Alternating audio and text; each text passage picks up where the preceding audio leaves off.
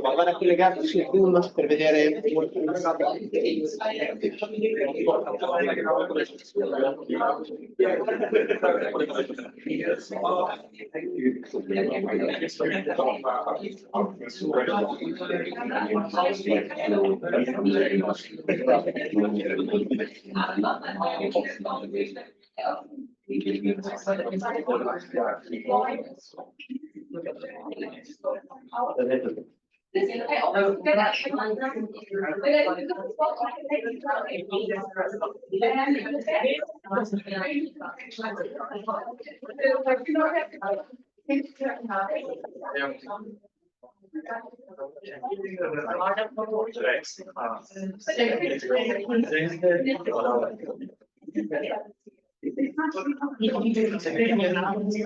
So you like that Vignati?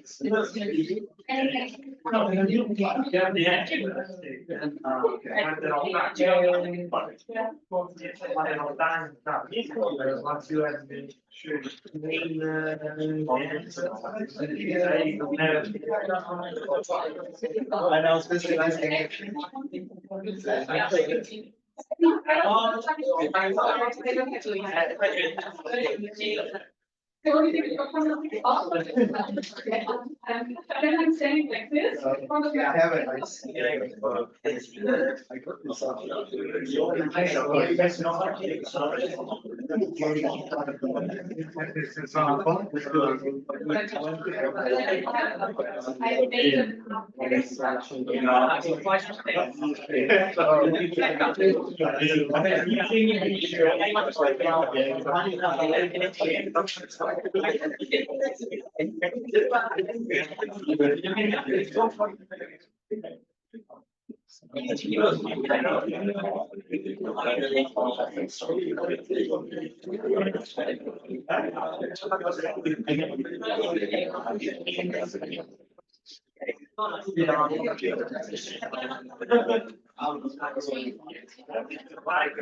So the exit, we're going to start. So we go back again to detectors. Now with the second time, yesterday it was we were swimming in noble liquids. Today we go to the solid phase. So the speaker, the lecturer is Marco Vignati from Università La Sapienza in Rome. And as usual, he will also have 1 minute to introduce himself.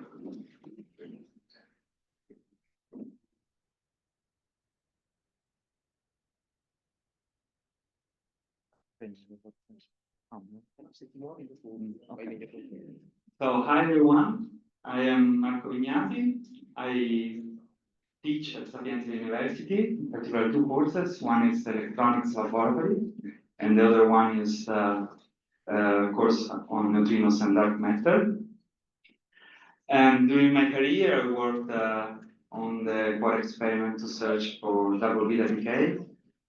Then I moved in developing new devices to detect light from the crystals of this experiment. And then I moved to different physics cases, to coherent neutrino scattering and to dark matter. And so I was assigned this topic, which is quite wide, because it covers several different technologies. And during my 2 lectures, I will focus more, possibly more on the detector technology rather than on the experiment. I will also mention the experiment. We will go through some experiment in details, but the focus, since the was on detectors, so then I also have a bit of experiment on this one. So today's lectures is on diodes, CCDs, and crystals. So this is okay.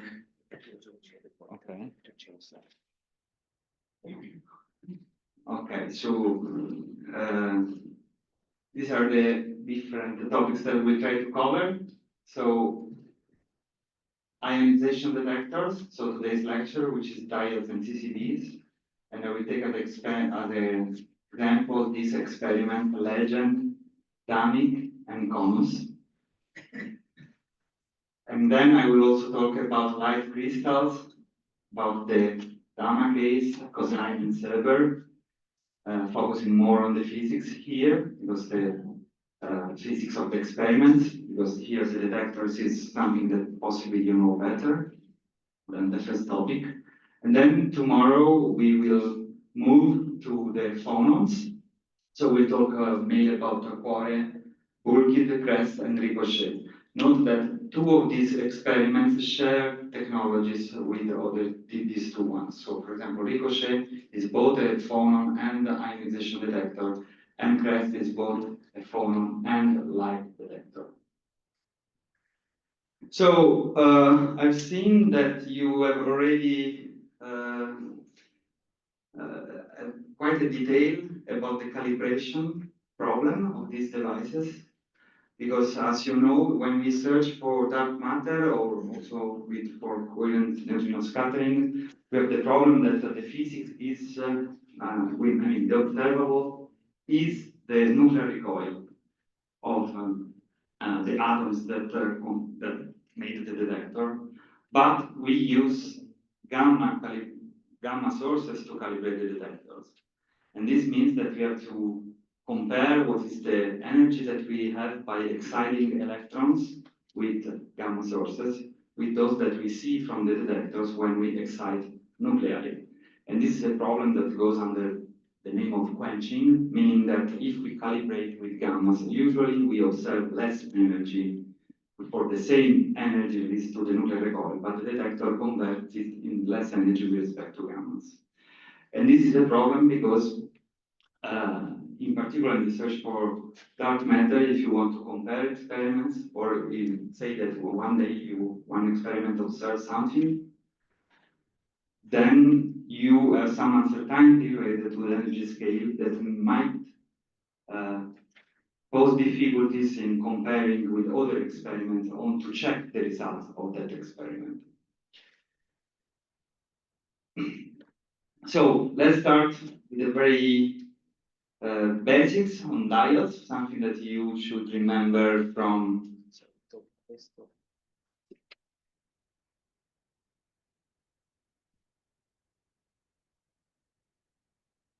Okay. With diodes, so something that maybe you have forgotten since your bachelor studies. So we'll try to refresh them. So a diode is a semiconductor in which you dope the superconductor with a donor or an accepting electron side. So we call this N-type when you have more electrons, or P-type when you have less electrons. In the N region, you have the charge carriers are electrons. In the P region, you have that the charge carriers are holes. This means that here positive charges move, and here negative charges move. So when you bias this device in this direction, so meaning that here the positive voltage of your generator, this will attract the electrons, and this will attract the holes in this direction. But if you want current to flow, what you want is that the electrons which are emitted from here pass through the entire device and goes here. This is what you need to have current. But you cannot do this because here you have holes which are positively charged, which don't like to move in this direction, move in this direction. And this is the same for this. So in the end, you have that in a reversible bias PN junction, the current basically does not flow. And you have this potential from the P side to the N side of the diode. So in steady state, you don't have, therefore, you don't have current, which is approximately 0. But we use these devices as detector extensively, in particular for photodiodes or for germanium diodes that we will see afterwards. How does this work? So this region, which is called the depletion zone, which is in between the N and the P sides, is actually the active part of the diodes. And when you have some incident particle, like a photon, an X-ray, or a gamma ray, in the depletion zone, you can break the valence bond of the silicon, and this will create free electrons and free holes in this green region. At this point, the electrons can climb the voltage well, and the holes can go down, and this will make the current that we were looking for. So we have current only when a particle is in the depletion zone and is able to break the valence bond of silicon, thus creating charge carriers that can go in the right direction, which is the direction of the current that these generators want to impose to the device. So basically, we are interested in two of the most common semiconductors are silicon and germanium. Silicon above all, and then germanium most of interest for us for detectors, but also for thermocouples and things like that. So what matters here is that I want to put the accent is these numbers here, because this is the gap of silicon and of germanium. And as you see, the gap of silicon is a bit higher than the gap of germanium. And this is because, this is why we are using basically silicon in our devices. This is because this valence bond can be broken by thermal fluctuations. And so this is less likely than in this case because it's a lower values. And so in this sense, silicon is a better semiconductor at room temperature where we operate our electronic devices. From the detector point of view, we have to take into account this W value that you can find in any book of detectors, which tells you what is the energy that you need to release to the system in order to create a single electron hole pair. So and this is not the gap, but it's actually much larger than the gap. So this means that you need to give to the system much more energy than the visible energy than you will detect. Okay? So this is, for example, one of the sources of the quenching factor, because here you release 3.8 electron volts, but the equivalent energy that you give to the system is a quarter.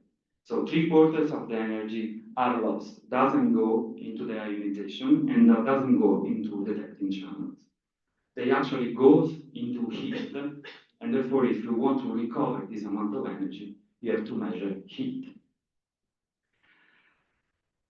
The energy resolution of these devices is extremely good, and this is why they are so successful, because here you have the formula. This is just the 2.35 for the full width at maximum. You have this W value, the energy of the incident particle, and the Fano factor.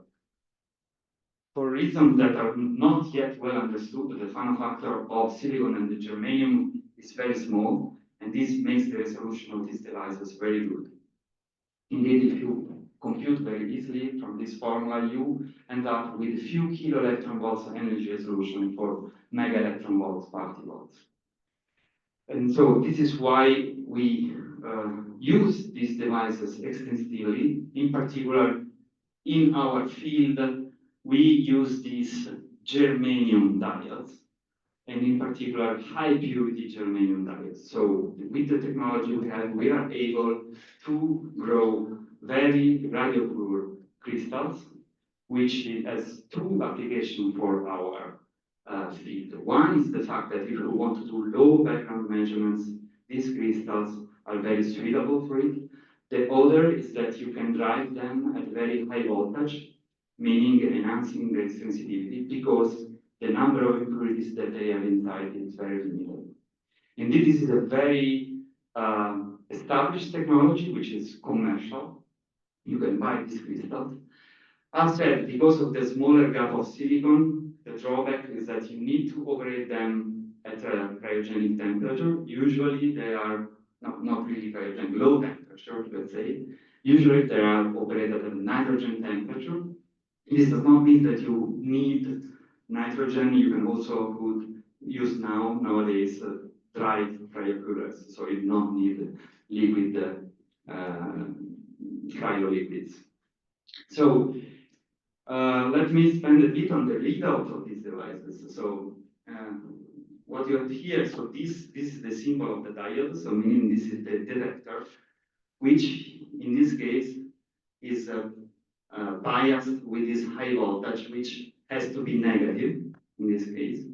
And here you put a capacitor because you don't want the direct current to go here and heat all this resistor.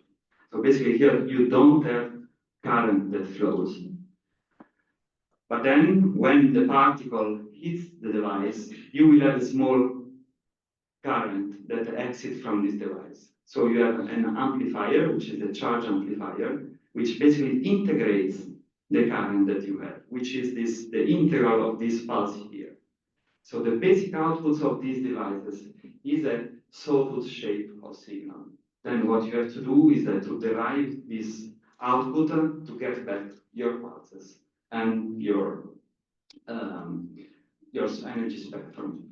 Another detail is that you need, when you have this sawtooth ladder that increases and increases, you will saturate this amplifier. So usually there is a feedback system in which you emit a light on the amplifier in order to discharge it and remove all the charge that is stored in the amplifier.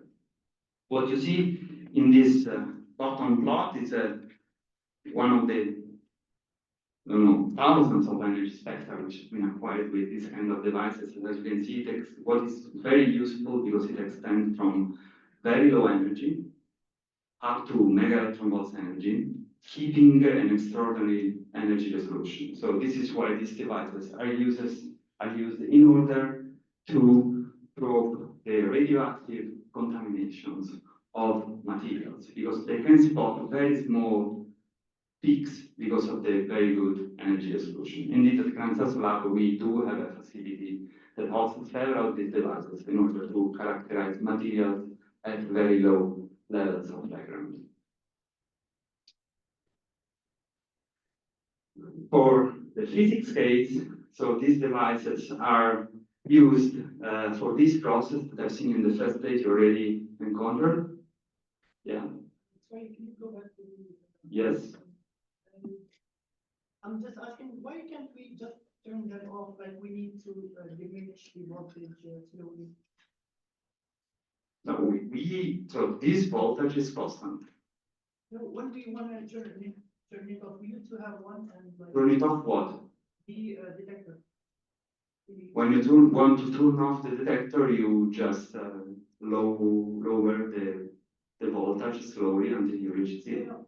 Why? Why can't we just cut the current? Why? Because then you can have a discharge inside the detector that can break it. If you lower this, then you can have, which is very sudden, then you have a high frequencies that can travel through the detector and can break it. So this has to be done slowly. Break the junction. Okay. Break the junction. So the applications in physics, the application in physics is the double beta decay that you already have seen. So I will just remind you. So very quickly, so we have the beta decay. Some nuclei in nature can undergo a simultaneous beta decay. This is double beta decay, meaning emission of two electrons that we call beta in this field, and antineutrinos.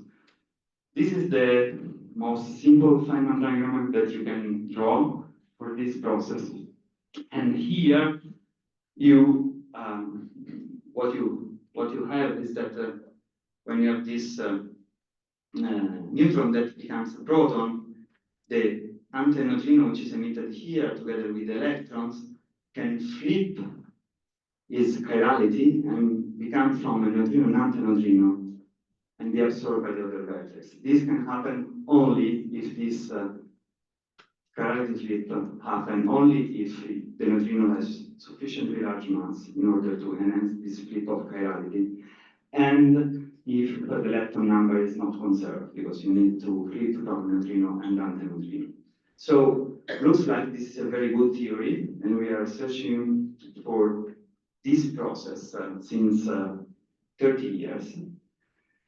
And this is possibly now unfortunately, this is the only process that we know in order to prove these theories of neutrinos, Majorana neutrinos. And the idea is this is the standard model allowed process, and you have the emission of the two electrons and the two neutrinos, in which the two neutrinos carry out energy and momentum, while in this case, since the daughter nucleus is much heavier than the electrons that are emitted, all the kinetic energy goes into the electrons, and therefore you observe a peak, which is basically the difference between the parent and the daughter nuclear mass. So in order to spot for this peak, which is nearly zero, so we don't even know if it exists, in this case, you need very large detectors, very large because this has been searched since 30 years. They started with small detectors, now we ended up with large detectors, so we need large number of nuclei to observe in order to increase the probability to see one of these decays. You need zero background because you need to spot this peak over usually flat background. And what is also very welcome is to have a very good energy resolution in order that you can have these peaks stand out from the background. Having all these features together is not easy. There is one experiment, which is one of the most important experiments in the field, which is the LEGEND experiment, which employs tens of these germanium diodes, which are very large, meaning they reached a total of 200 kilograms of germanium with tens of these detectors, which have a sizable, so every of these cylinders is a one detector, it is one diode. These are giant diodes. You see here the configuration of the detector, which is installed at Gran Sasso and already is taking data since March 2023. And of course, as other experiments that you have already seen, in this case, you have that in this school, you have that the background and the radioactive contamination has to be taken under control. And so all the materials that face the detector are very radiopure. Also, they try to, and also the electronics, which is closed, has to be need to be closed. This amplifier that I was showing before, close to the detectors, also controlled in radiopurity. And everything is immersed in a liquid argon veto plus and muon veto, which is around. So this is the scheme of the device that they, in the end, after tens of years of R&D, they developed. You have a question? I just have a question to the before the slide. It shows that from the 200 kilogram, they only use 142. Yeah, so the plan is to have 200 kilograms. So, but up to now, they deployed this amount. They are keeping up in detectors. So it's not like a. So as you see, they have these strings where all these diodes hang. So they are adding, as soon as they are ready, they add more and more detectors. So the plan is to reach 200. The data that now they release are based on 140. So a bit more on the technology, because I find this very clever. So first of all, this is the diode, which in this case has a very large shape, because you see here you have basically 8 centimeters of diameter, and the same in height. So these are giant diodes, where this is the P side of the diode, and all this gray part is the N side of the diode. And so what you have is that you need a potential which develops from the gray to the black. And so the idea that they had is that to create this detector such that these electric field lines are not uniform at all. And why you need that? Because one of the problems in this kind of experiment where you search for 2 electrons is the gamma background. But electrons travel very small distances in a detector, so few millimeters, while gammas can do Compton and photoelectric effect in the same event, and therefore release the same energy overall of a beta-beta event, but the spatial distribution of this event originally is different. So this is something that many experiments do not disentangle, but they do disentangle this because thanks to this non-uniform shape of the field, the charges takes different time if generated here or here to reach the P contact where the charge is collected. So here you have this depicted quite clearly. So this is a single-side event, beta-beta event, which is 2 electrons localized. And you have the charge that you collect as this shape here, and maybe the current, which is the derivative, is more clear. So this is a single pulse. Well, in this case, since the charge which is generated in the interaction takes different time to reach the contact, you have 2 pulses which are generated by the 2 interaction of the gons. And this is greatly allowed to lower the background in this kind of experiment. So these velocities, so this is also the map of the velocities that they engineered with these devices in order to obtain this. So this is the latest result from Legend, which created such a wonderful experiment. And what you see here is that you have the full spectrum in gray after the pulse shape cut. And as you see, it removes all this background here. And you stay only with this part here, which is the spectrum of double beta, purely double beta events. And here is a zoom, where this is where you expect to observe the peak of double beta decay. Zoom, another zoom, and this is the energy resolution that they have. They basically found no event. Unfortunately, these very few events that they observed are still a background too high for them. They were targeting a factor of 5, smaller than this, so they measured at 5 10 to the minus 4 counts per kilogram here, while they were targeting 1, if I'm not wrong. So they need to work, in this case, not on the detector, which cannot be improved more, but on the radio purity of the material that face these diodes. So for this experiment, as with many other experiments, with all the experiments of this field, double beta decay, so we don't observe the process and we can only place a limit on it. So, and we can say that the half-life is greater than 2 10 to the 26 years, unfortunately. So this means that we need to go bigger, and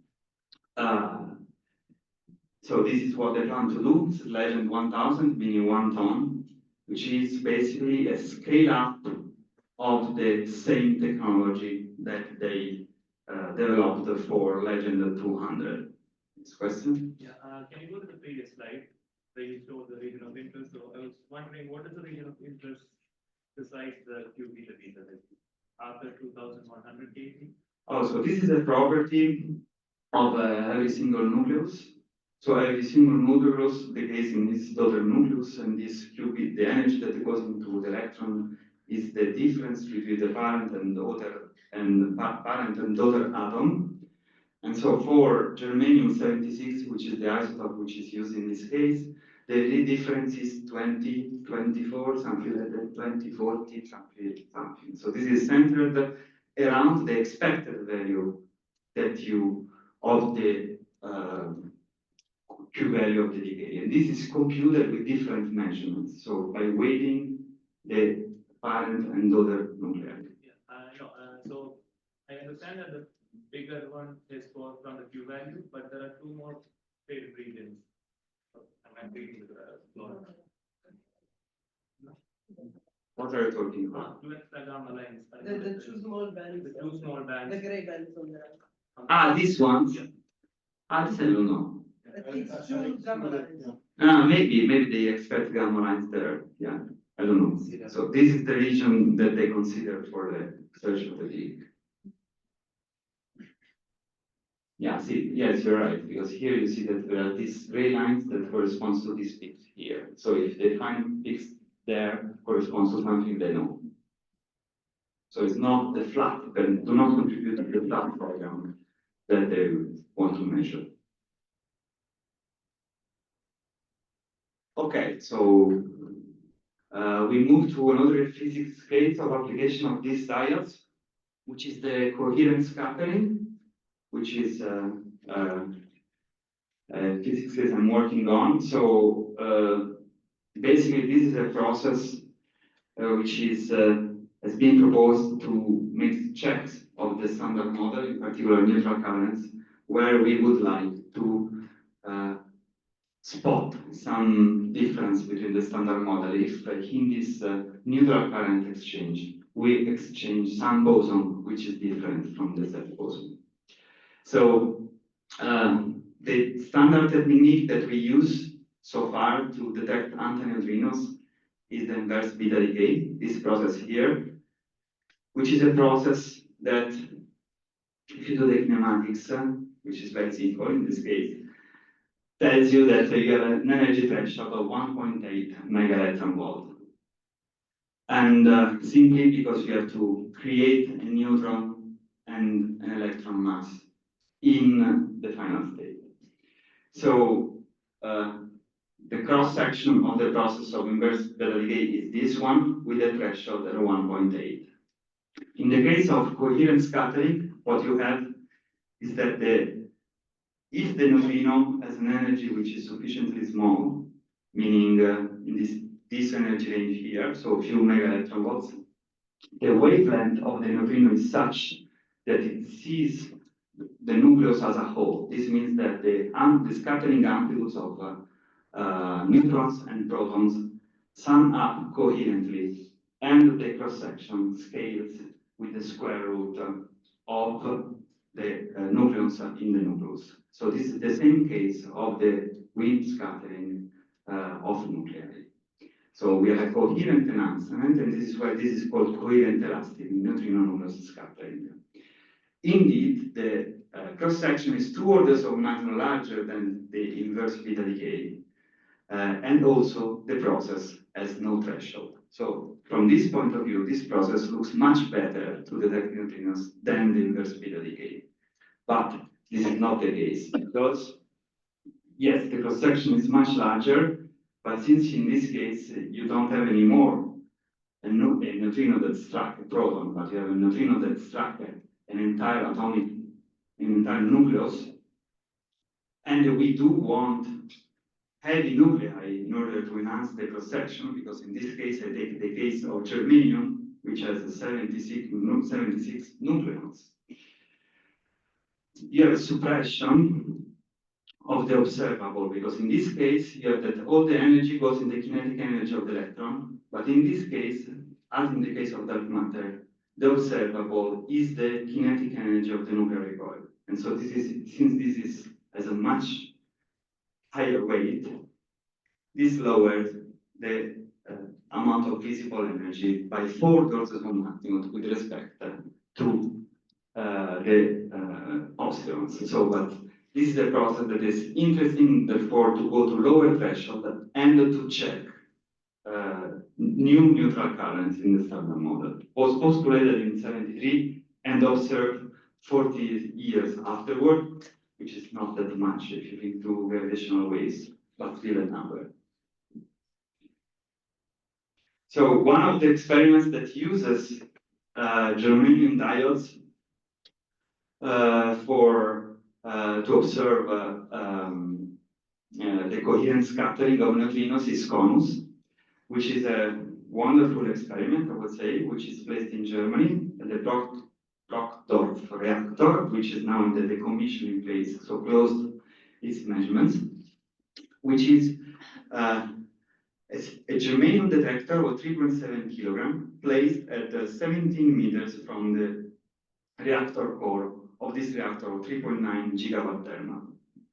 What is great, I think, of this device, of this experiment, is first of all, is the shielding, because in this case they developed they already had in-house this sheet that they called Jove, I don't know why.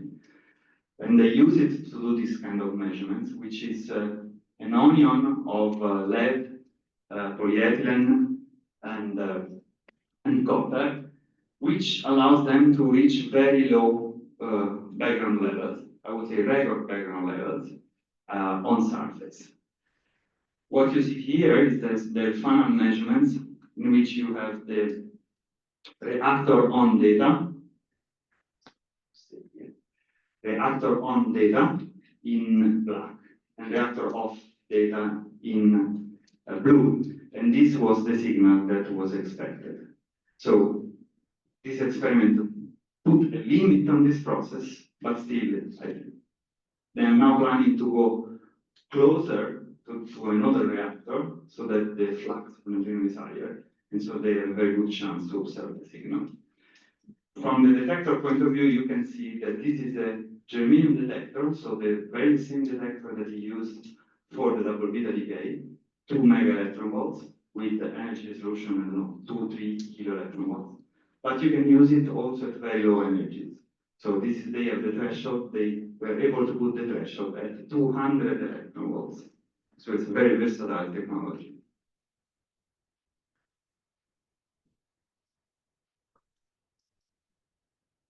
But since this is an ionization detector, and which is also very common, as I was saying, CONUS was not the only experiment that was using germanium to detect the coherent scattering. There was another experiment which was called Dresden, led by Johann Collard, that at some point claimed to observe this signal at the reactor. But how they claimed this? They used the wrong quenching factor in order to draw this energy spectrum of the expected signal.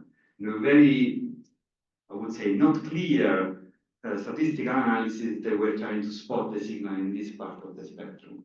But this was supported by wrong measurements of the quenching factor, which has these red ones.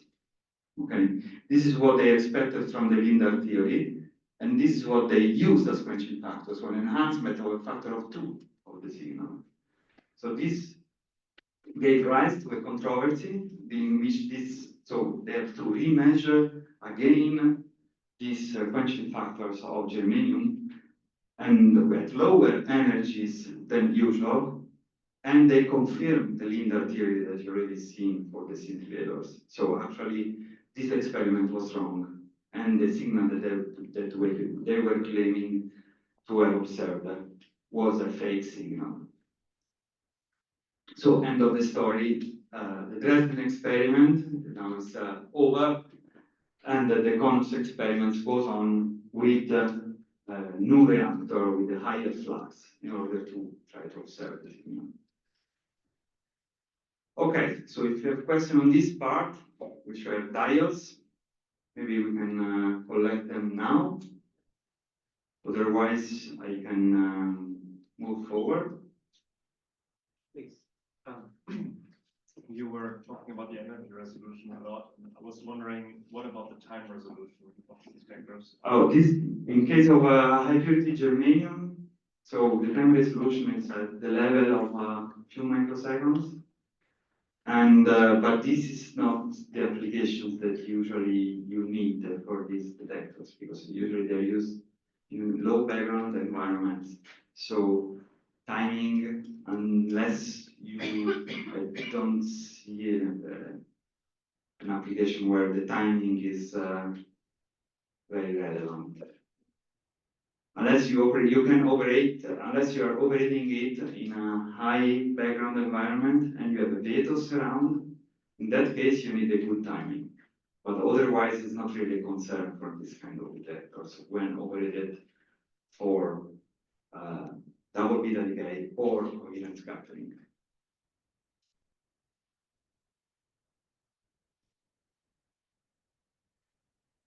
Okay, other curiosities? Okay. If not, I can move to the other topic, which is CCDs. So why we are talking about CCDs? Well, because they find an application in dark matter. And I think they're very interesting devices per se, because this is the invention of the CCD was awarded the Nobel Prize. And to these two guys here, this was for the optical fiber.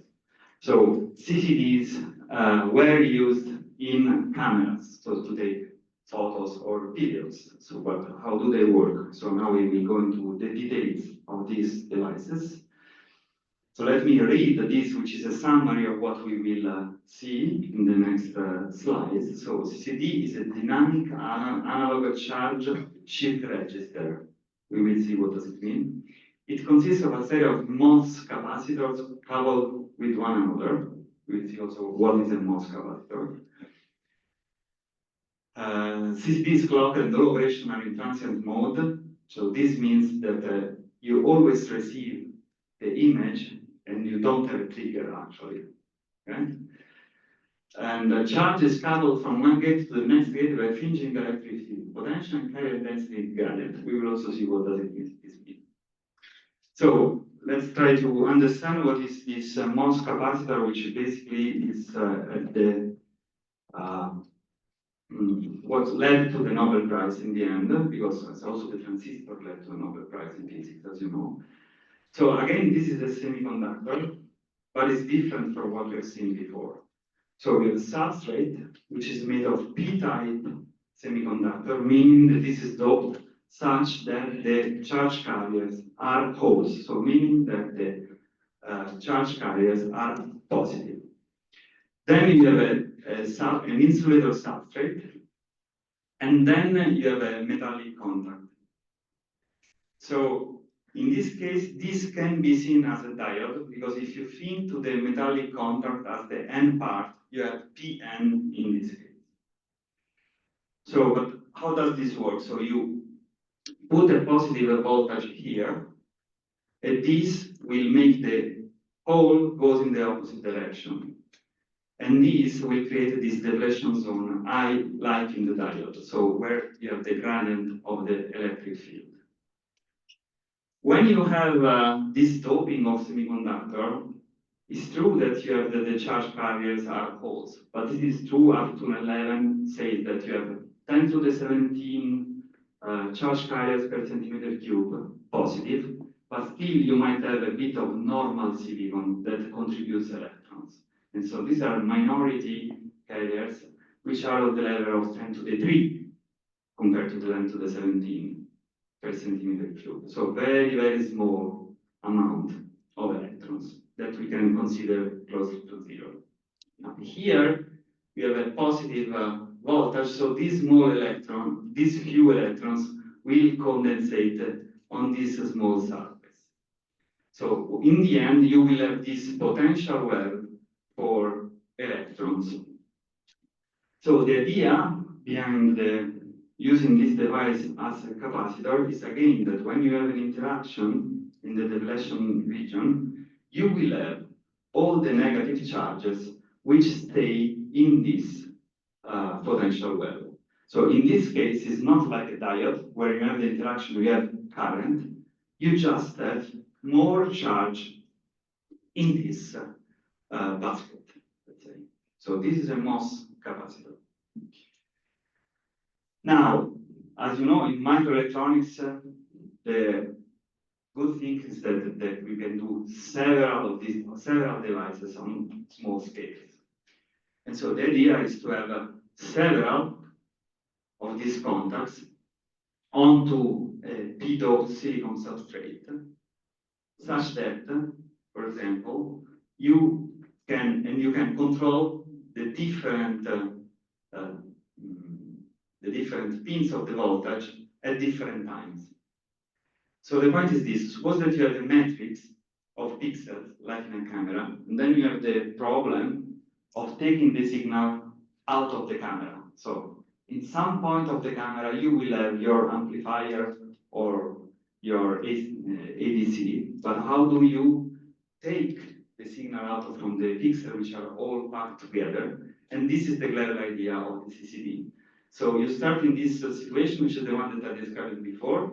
Suppose that you're positively biased at the time one, these two, so we have these two potential wells, and then you want to measure the charge that has been released by particle interaction. So how do you transfer the charge? The idea is that at time 2, which is clocked, you also open this potential well such that the charge distributes in this case, like this. So it's distributed among the 2 pixels. At time number 3, you remove the voltage from here so that all the charge goes here. So in this case, you shifted the charge with this cycle from 1 pixel to another. And so this is the way that a CCD works. So you transfer the charge from pixel to pixel.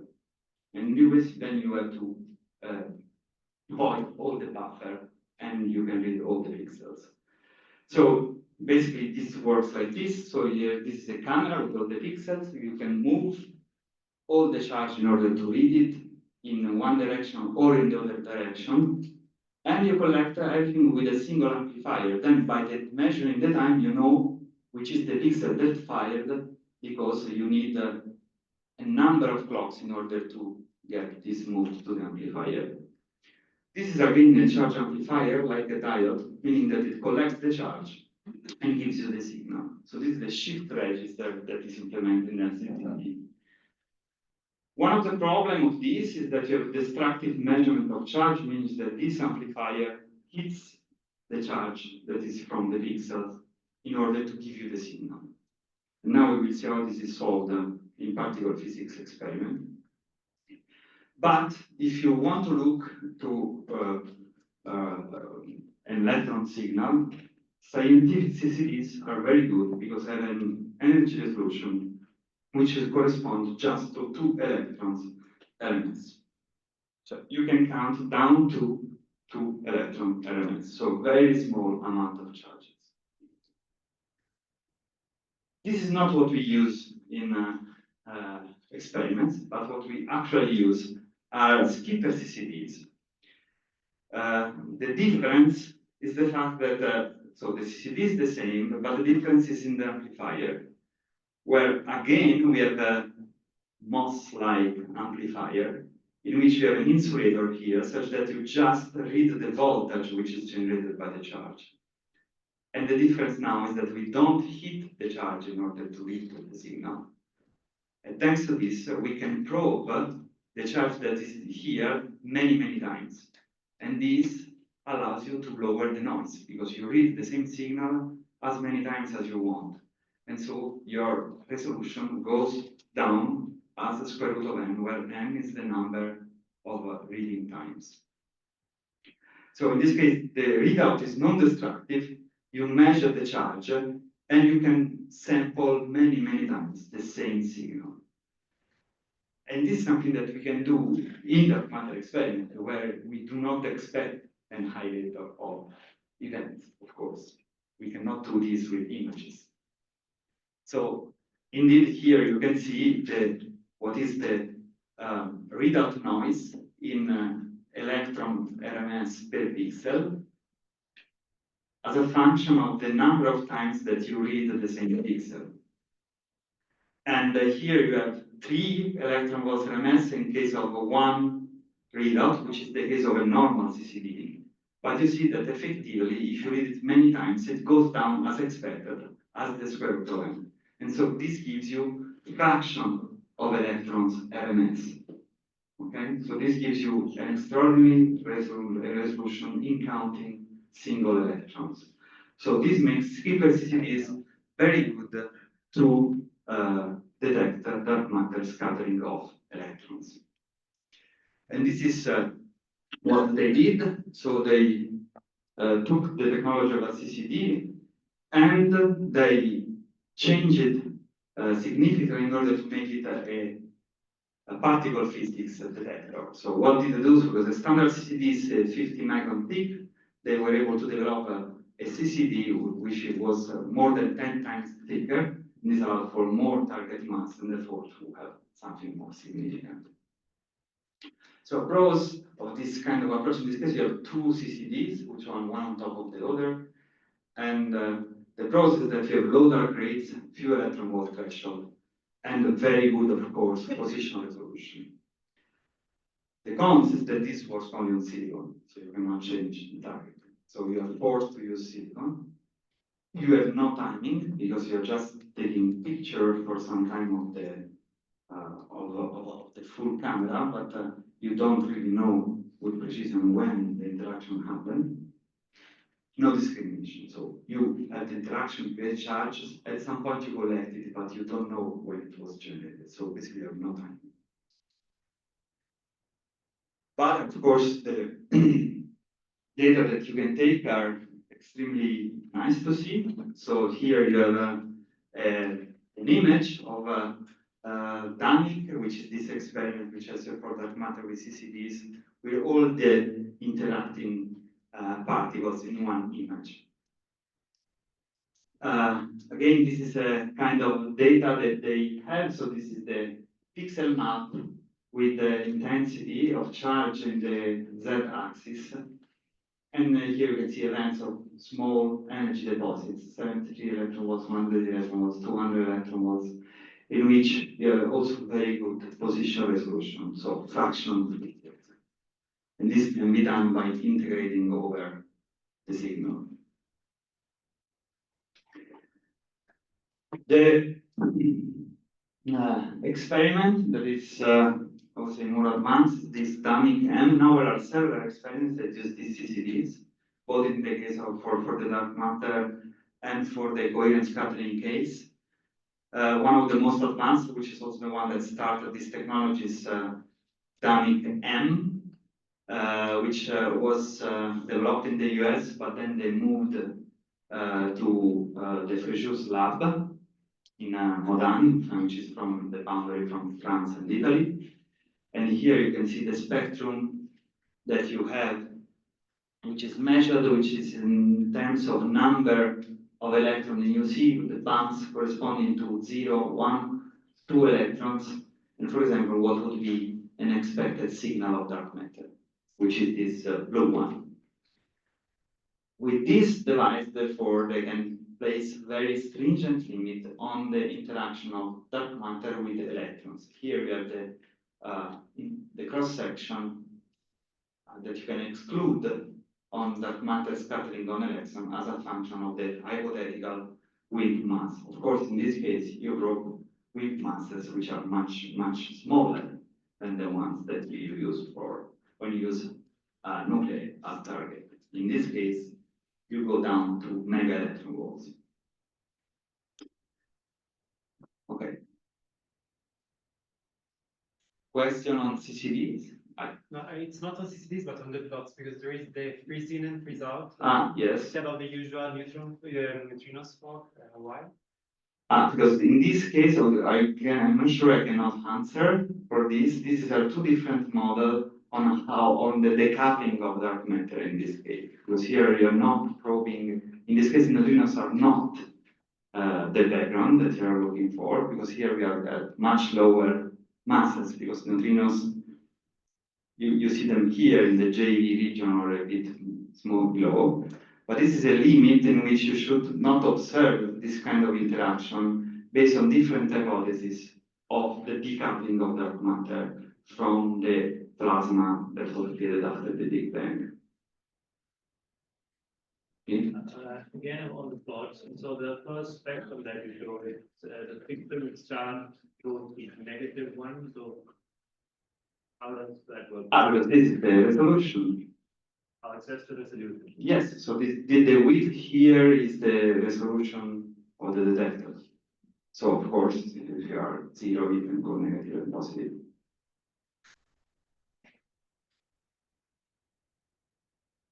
So nowadays also CMOS sensors are used in cameras and stuff like this. Is this why are we using still CCDs and not CMOS? This is a good question. Indeed, the CCDs are no longer used because they have been replaced by CMOS, but for this application, now they will be revitalized exactly for this application because they are able to do these very thick devices, which I'm not sure that you can do right away with CMOS. Maybe yes, but this is now indeed started a long time ago when still the CCDs were there.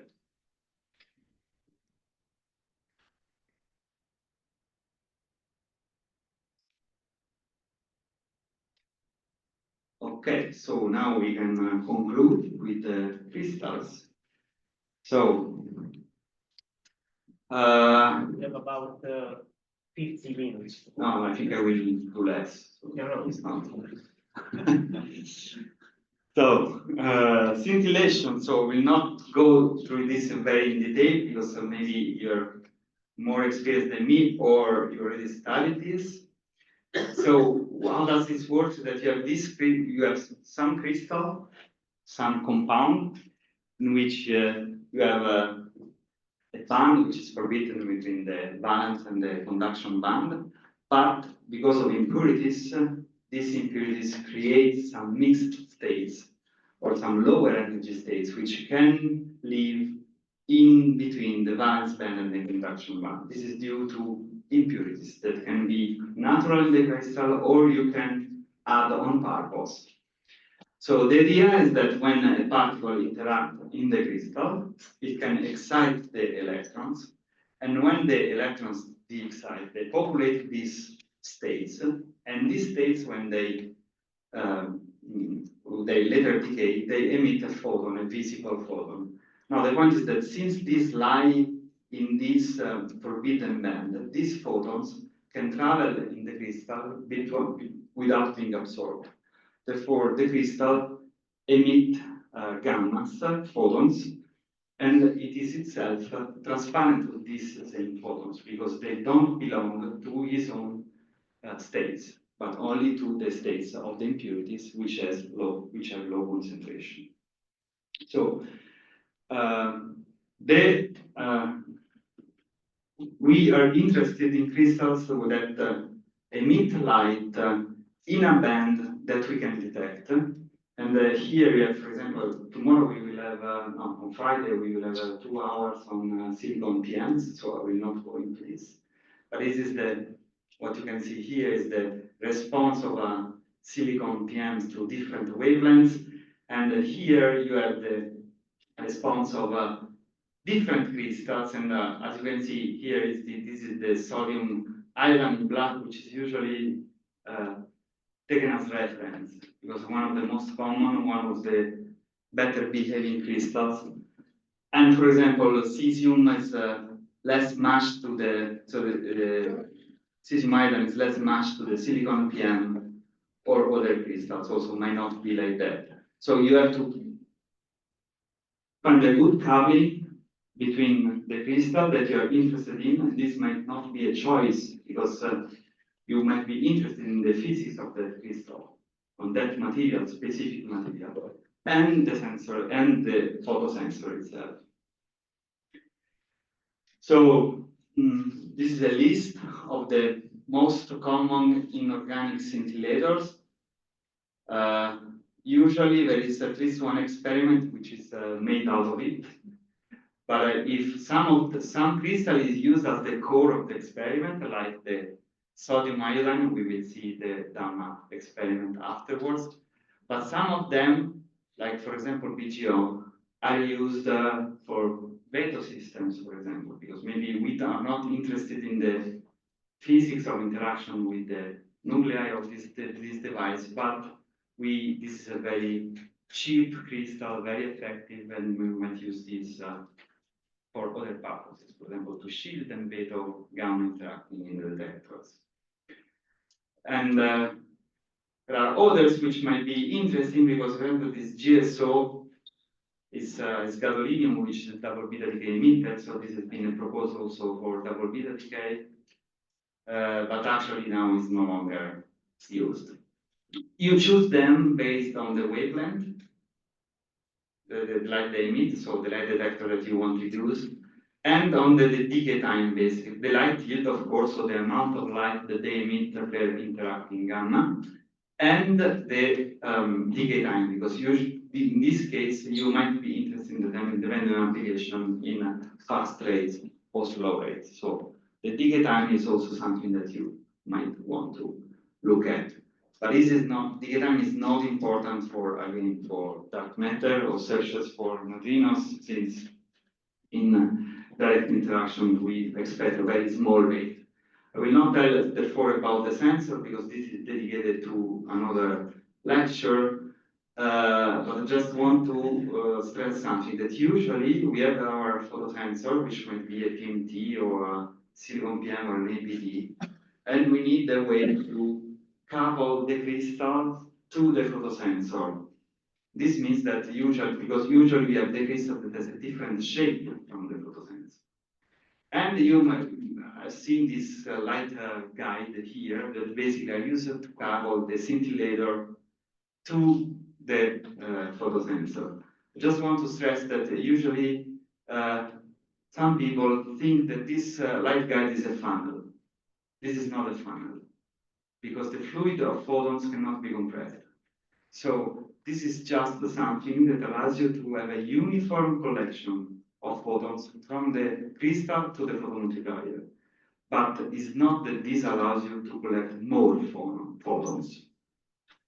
The amount of photons that you collect is just the ratio between this area and the area that you have here. So if you couple the photomultiplier directly to the crystal, you obtain the same signal. You use this for two purposes. One is to maybe collect the photons more uniform from the crystal, but the number will be the same. The other thing is that usually this stuff is radioactive, and therefore you want to decouple to this material which is not radioactive from the crystal, which is the sensitive part. But again, this is not a funnel.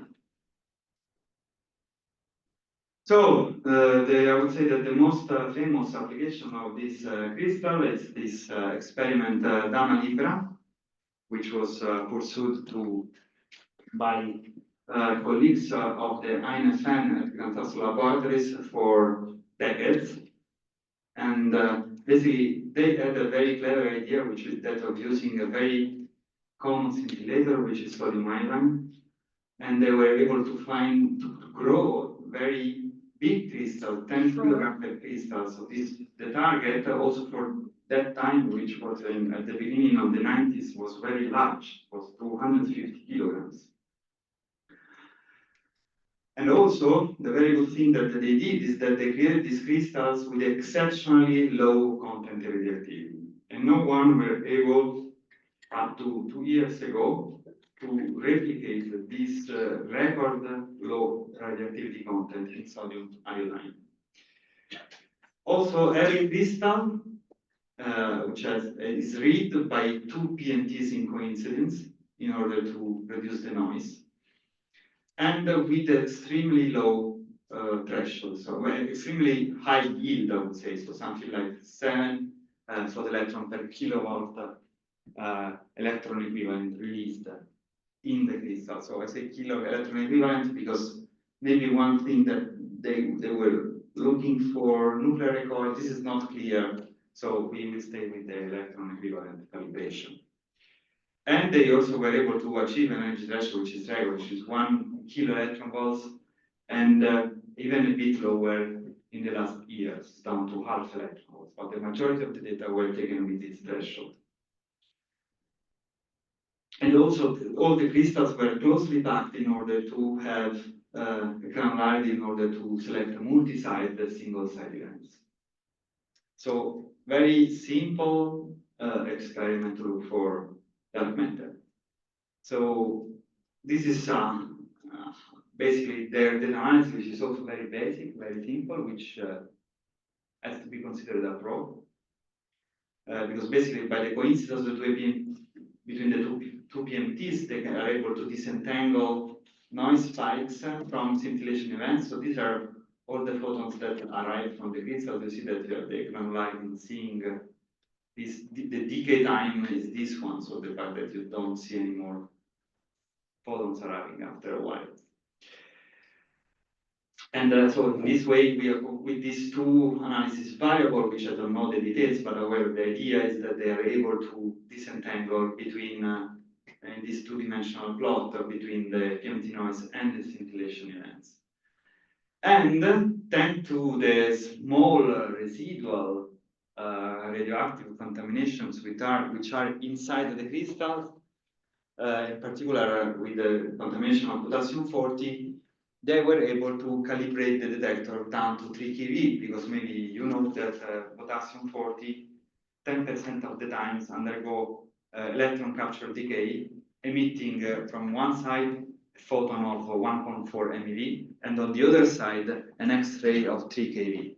So if this decay happens in a crystal, the X-ray of 3 keV stays in the crystal, while the photon of 1.5 MeV goes into another crystal. So by looking at these coincidences at 1.5 MeV, you can easily select on the other crystals the peak of the X-rays at 3 keV.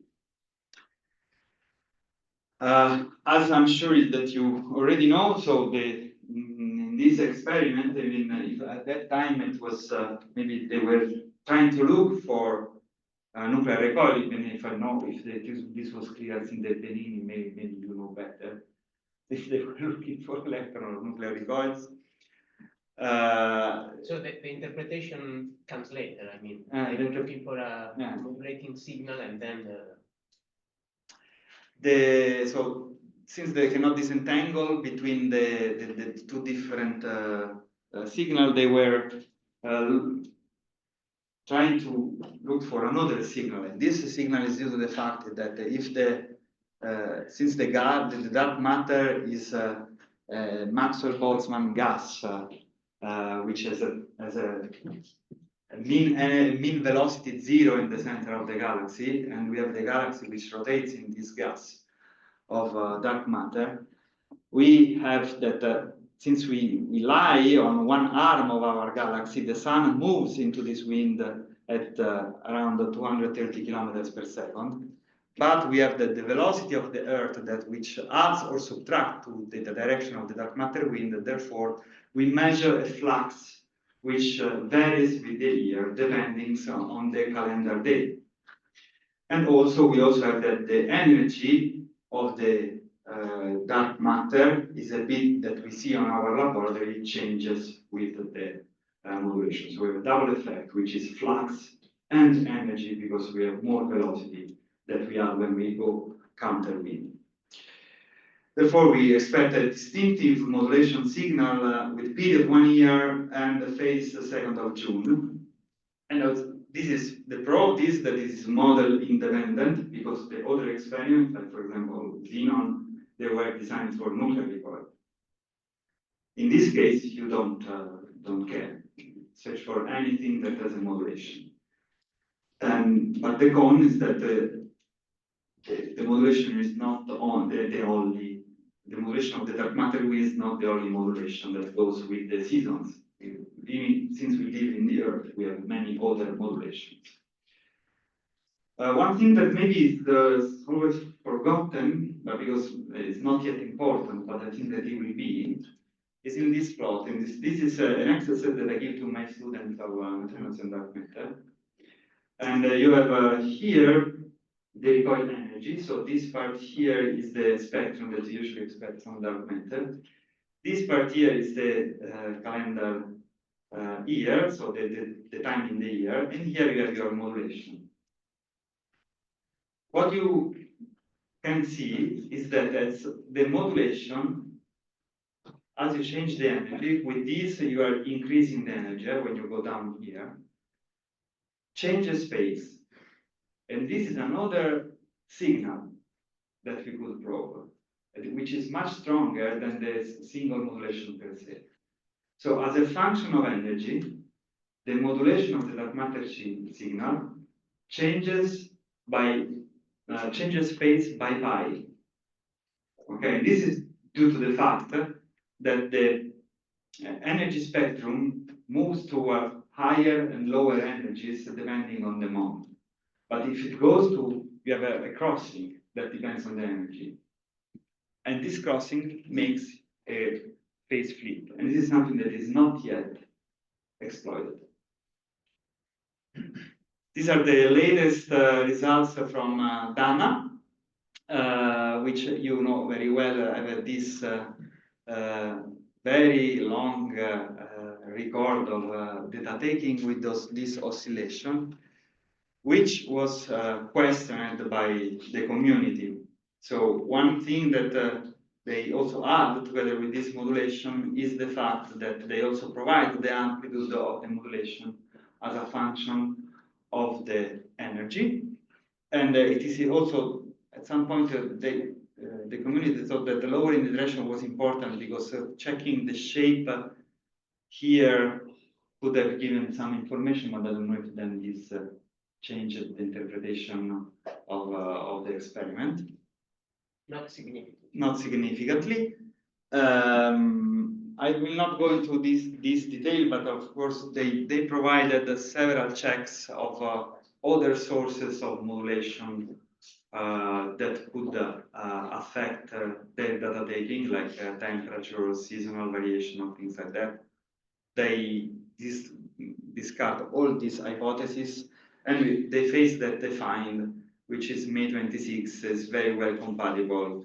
Well, not very well, but it's not compatible with the muon phase, which would be one of the source of background, but it's very well compatible to the 2nd of June, which is the phase that you expect from the dark matter. Now, the point is that this is a result that stay there, and there is a controversy in our community since the community does not believe that there are enough data given to the scientific community in order to assess the validity of this result. So, independent checks were started a bit late, but it's important now we have them.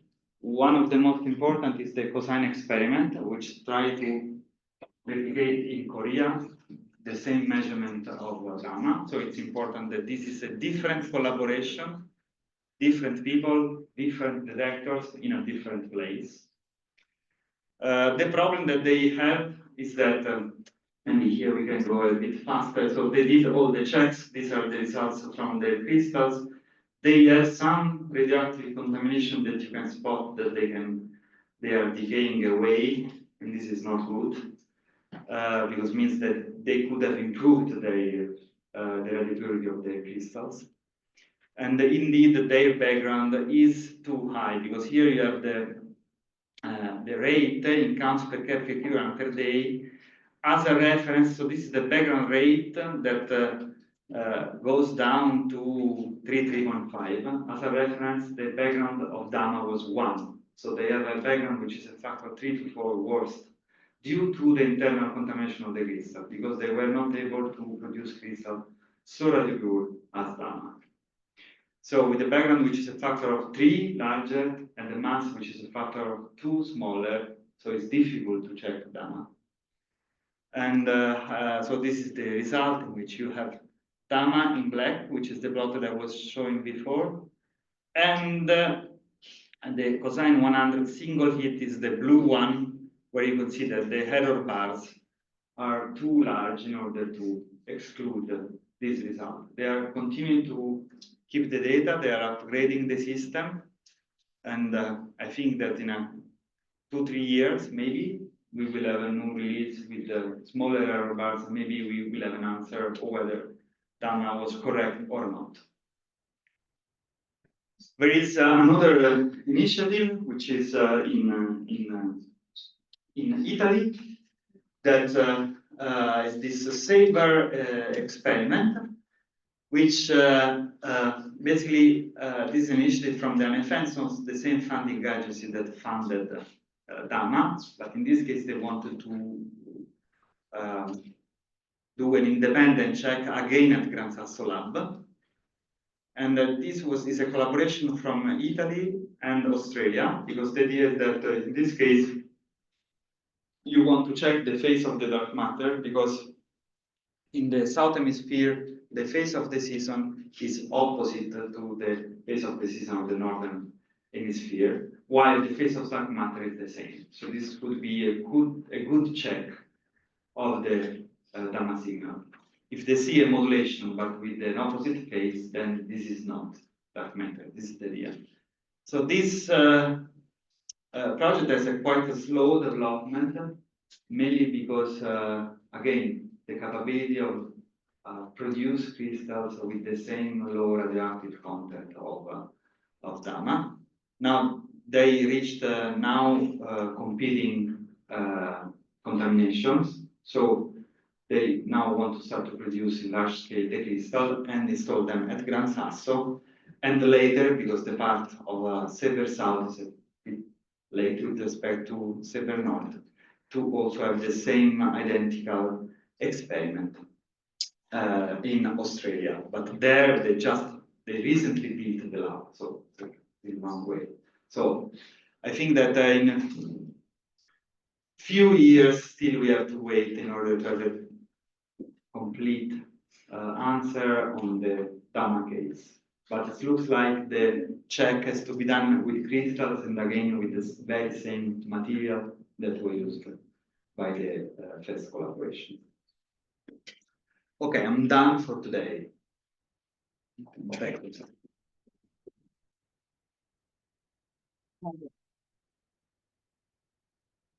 I have one more slide, sorry, about the quenching factor, which is the leitmotif of this talk. Yeah, so here in this case, the quenching factor, why they are important. So they are important if you want to check Dama against the hypothesis of nuclear recoils. But if you don't take into account nuclear recoil, don't want to compare on the standard wind plot of nuclear recoils with other experiment, you don't have to care about quenching factor. Anyhow, still very active field. This, as you can see, there are measurements since every spanning for several decades, and as you see, they don't agree always. So it's just to give you how idea on how difficult it is to measure these quenching factors, and this is also the point that when you go to high energy, this is not difficult, but here you have larger error bars, and this is one of the motivations for my next lecture today, which is the fact that cryodetectors have no quenching factor, and therefore possibly to probe small energy release, they are more suitable than scintillator or semiconducting devices. Thank you. Question. By the way, could you say something a bit more about the production of the crystal? Because I understood the Dama is a secret site to do this, but which are the main challenge in a pure crystal? The main challenge the main challenge is to obtain a powder to start from, which is sufficiently very pure. So you start from a powder that needs to be then melt in a crucible to be the crystal. And so the starting point is that, because then having under control the contamination of the crucible is easier, so this technology is more developed. But the receipt to obtain a pure powder that was not shared. And therefore, when it's matter of a receipt, you need to do several experiments with, is not something really scientific. I want to defend my church since I'm in Sabre.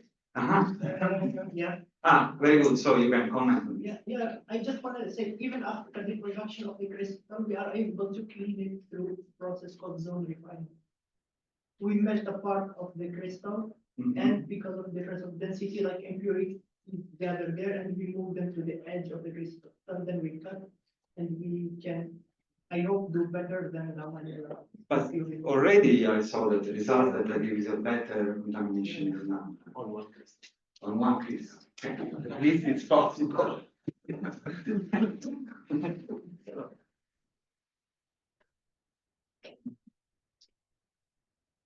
The 3D plot that you showed of the dependence of the phase of the energy, I didn't understand why there was this dependence. Okay, maybe I should have added more information on this. So the fact is this, maybe we don't have a board here, right? No, sure. Okay, so the idea is this, yes.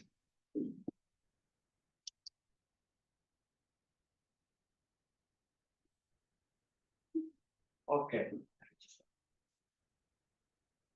So here we have the energy, you have the differential spectrum.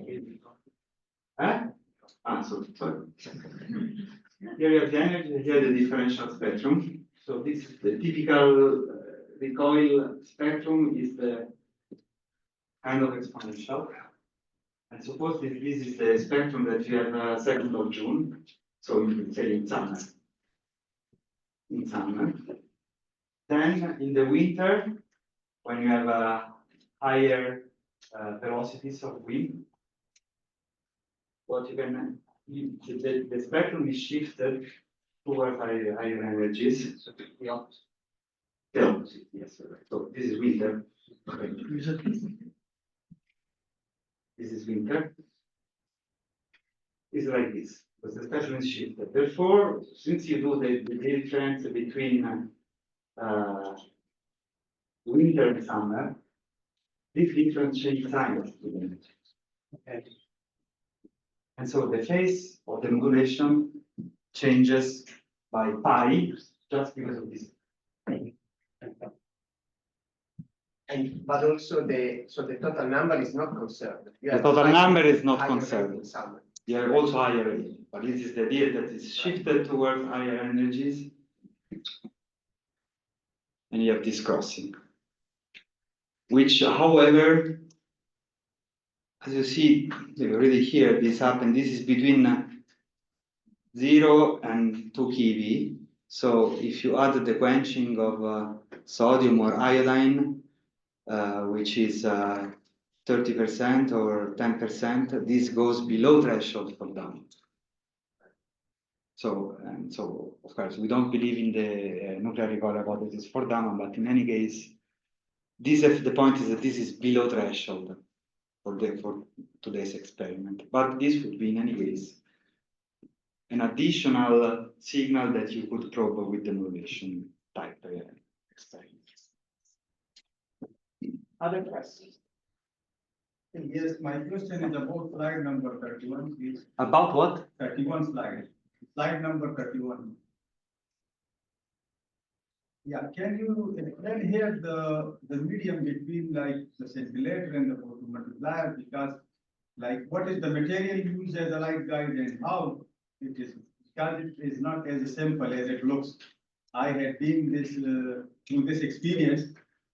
Yeah, I don't understand the material of the light guide and the phenomena, how you can pass to like the light between the scintillator and the photomultiplier. So I maybe I don't understand the question. So how to couple in the best way? Okay, so this has no experience in this. Uh, Oh, sorry. Yeah. It's not. Actually, it is not like that simple as it looks. So. No, yeah, this is simplified way, but I will not go into these details. I don't have experience. But anyway, this is really the trick. So you basically, first you would like to have, in principle, the same refraction index between every medium in order to avoid any reflection or minimize the reflection. And then usually you have to be very clean in the surface treatment, but at the end you have to use some, what do you call it? Grease. Optical grease. Grease. Optical grease to match better the value surface and lose as few photons as you can. Was this the question? Yeah, actually, this is the question, but like the material is same glass, etc. for the transmission of the light between the scintillator and the photomultiplier. Well, light guides can be also, typically they are acrylic. Mostly because of the second argument that Mark mentioned, the radioactivity, the low radioactivity of the acrylic. In this way, you can take away the photomultiplier, which is a strong source of radioactivity, with a material that does not add additional problems.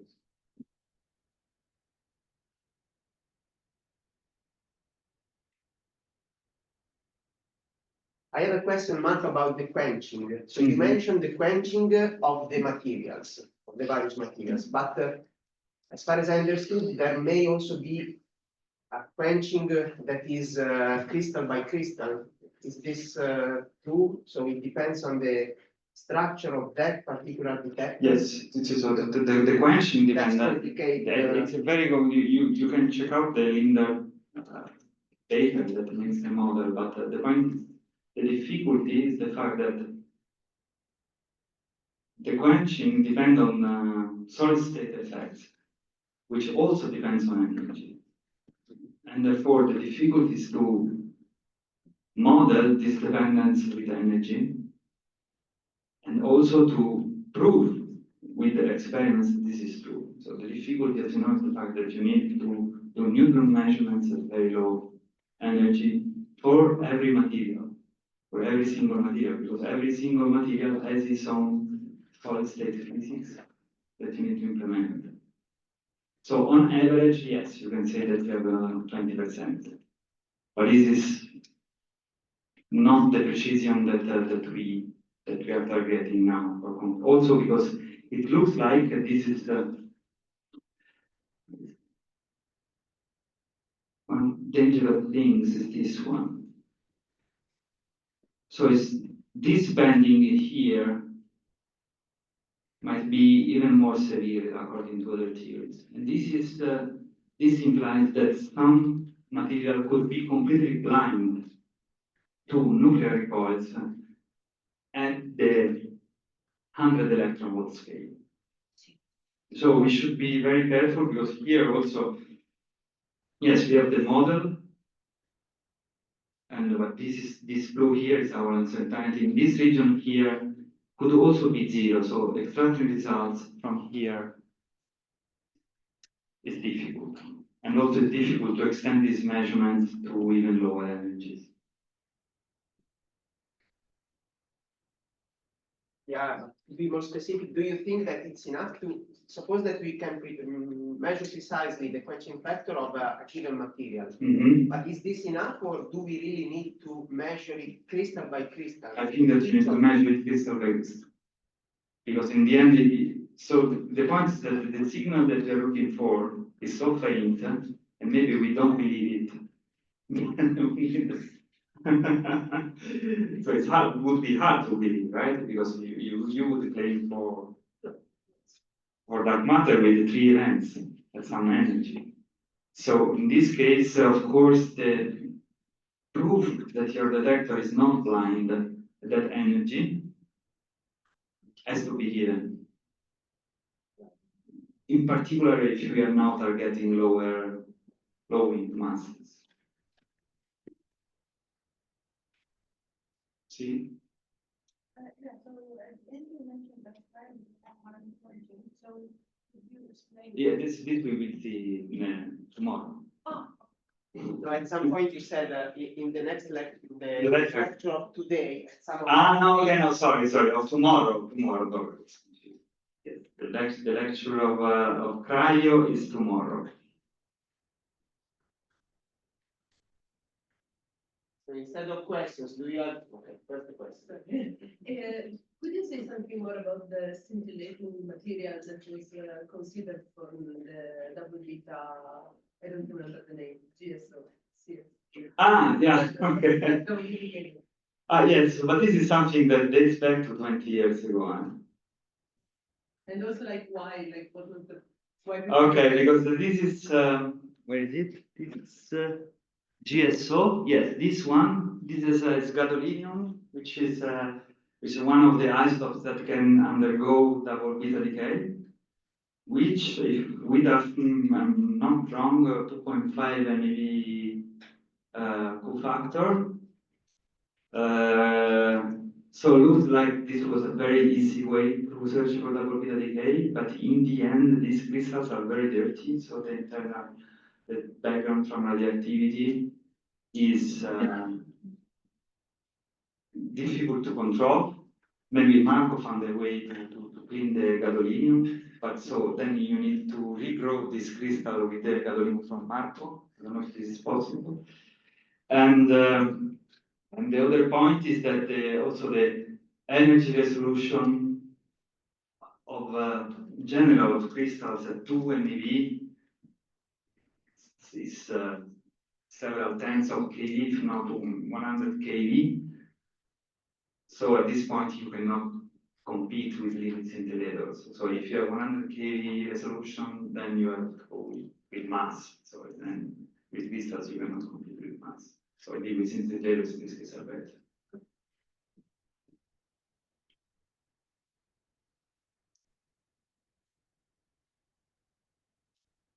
So in addition to questions, do you have any smart idea to solve the Dama battery? For instance, what about neutrons? Why it cannot be neutrons? Neutrons are a dangerous background for everybody doing this stuff.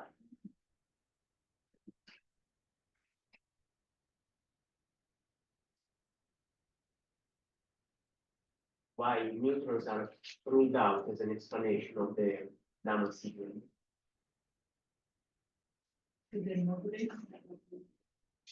They can modulate according to the muon flux. So in principle, this was the leading idea. Yeah, so the fact is that what you about Granzas is that you have the water, which is above the labs, which is a very large tank that acts as a moderator. But the amount of water depends on the season, on the melting snow. And so the moderator modulates. And so the neutrons modulate. So this is, I think, it was one of the concerns. Yeah, this was one, and the second one was the muon modulation that is driven by temperature in the stratosphere, and that as we speak in July, not in June, but in July. So since neutrons can be produced by high energy muons underground, this was another possible potential source of modulating neutrons. But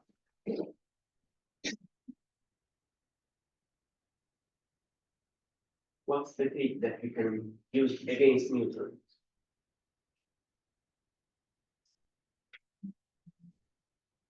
My students.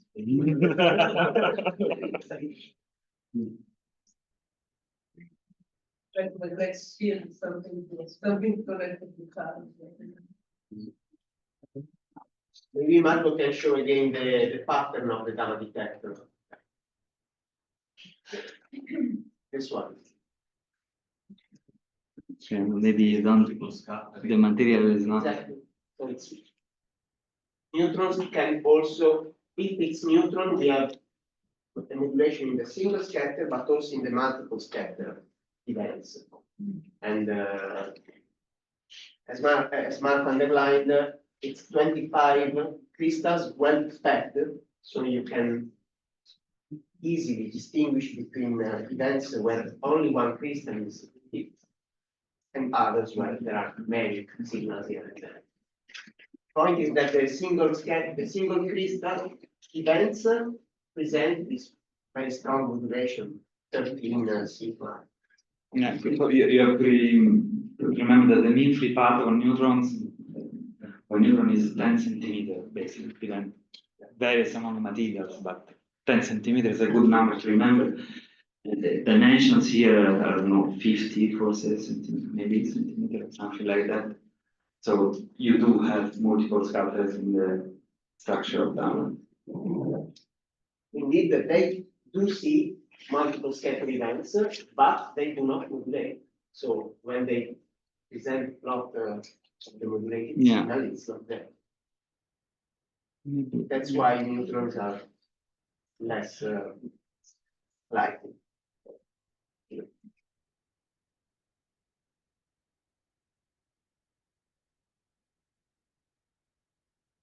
Okay, if there are other questions, we can use the time for them. Otherwise, I think we can take an additional break. Probably the coffee break will be ready anyway in 15 minutes, but you can take some rest. Then so we thank Marco Vignati.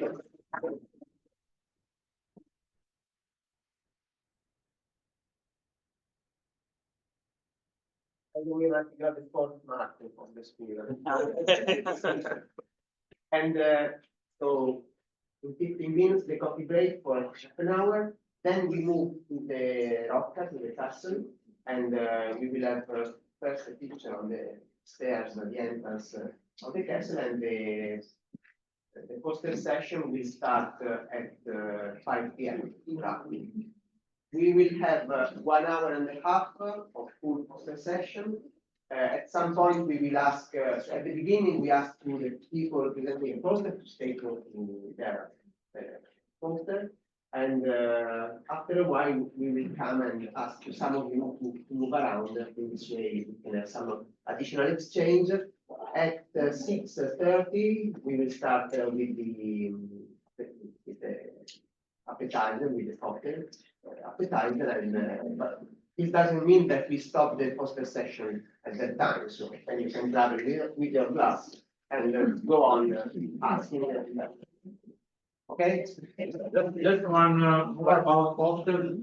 We have a lot of all posters and abstracts in the poster section of Gipro. So you are asked to check if your name, the title, and the abstract are the ones that you expected. And you will be able to upload your poster as PDF in that section space on Gipro.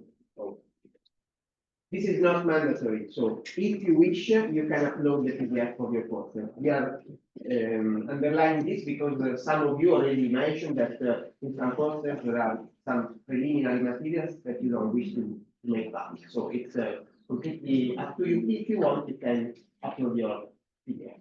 Okay? Next time,